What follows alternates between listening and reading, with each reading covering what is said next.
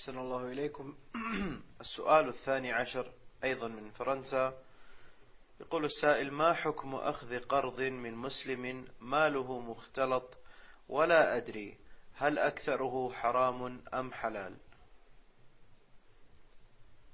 بناء على ما ذكرته فماله غير متميز وأنت تريد أن تقترض. نعم، إن وجدت شخصا تعرف أن كسبه حلال في الظاهر فهذا أولى، أعني الاقتراض منه أولى أن تقترض منه.